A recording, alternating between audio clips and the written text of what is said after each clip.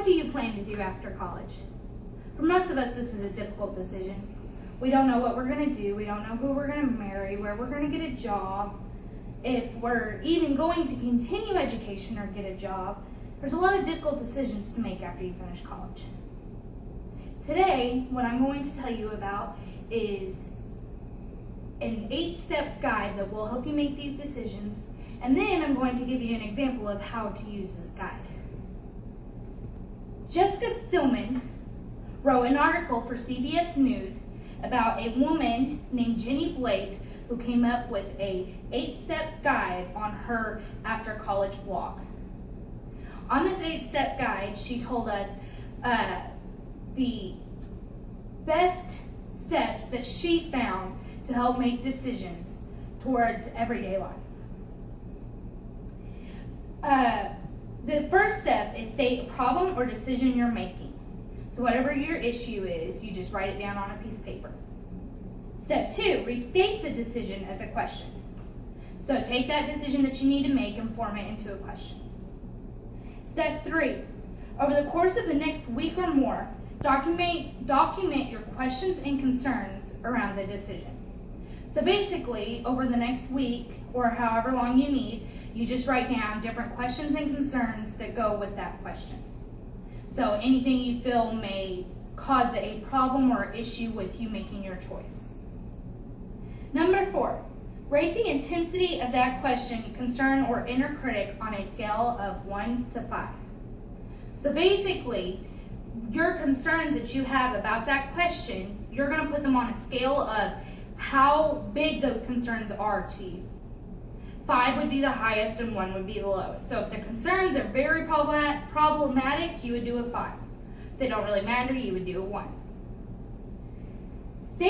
Number 5 is state the underlying values or concerns for each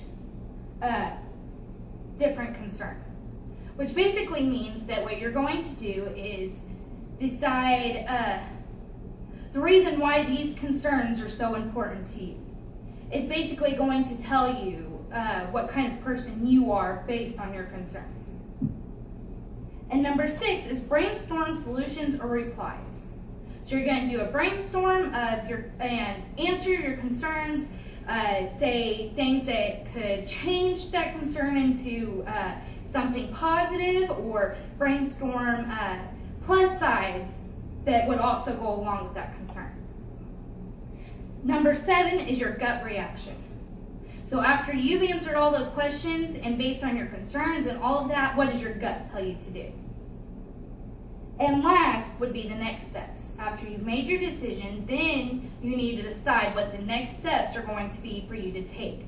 You need to brainstorm at least 5 next steps and up to 10. Now that I've told you these 8 steps that Jenny Blake put on her blog, I'm now going to show you an example based on myself of how to use these 8 steps. Now, for me, I'm going to state the problem, which is whether or not I should be a high school teacher after college.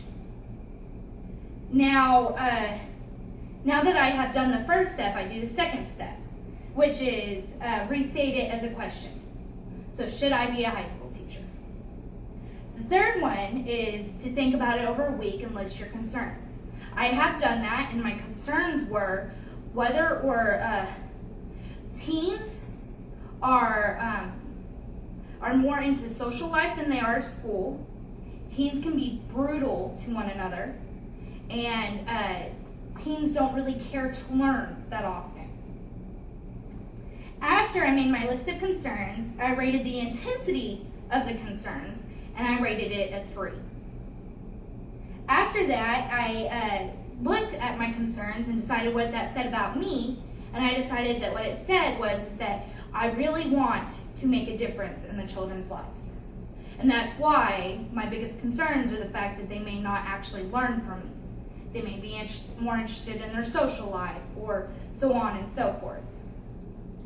Number 6 was to brainstorm solutions or replies. For teens more interested in social life than in their school, one of my solutions that I came up with was that make it fun. If I make it fun and social, they may actually want to come to my class, and it will become more of a social event, and they will be more interested in it.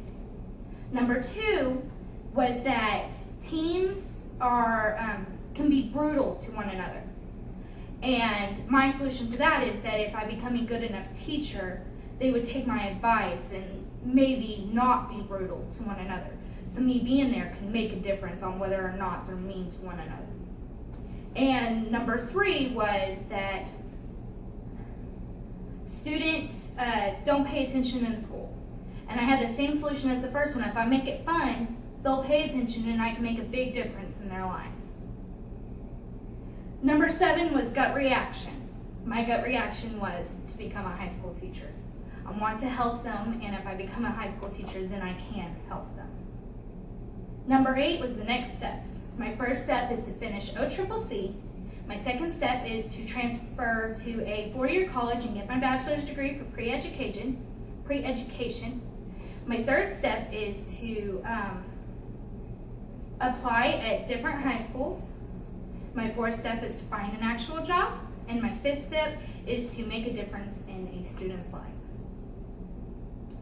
Now, I've told you about the different 8 steps, and I showed you how you can use them.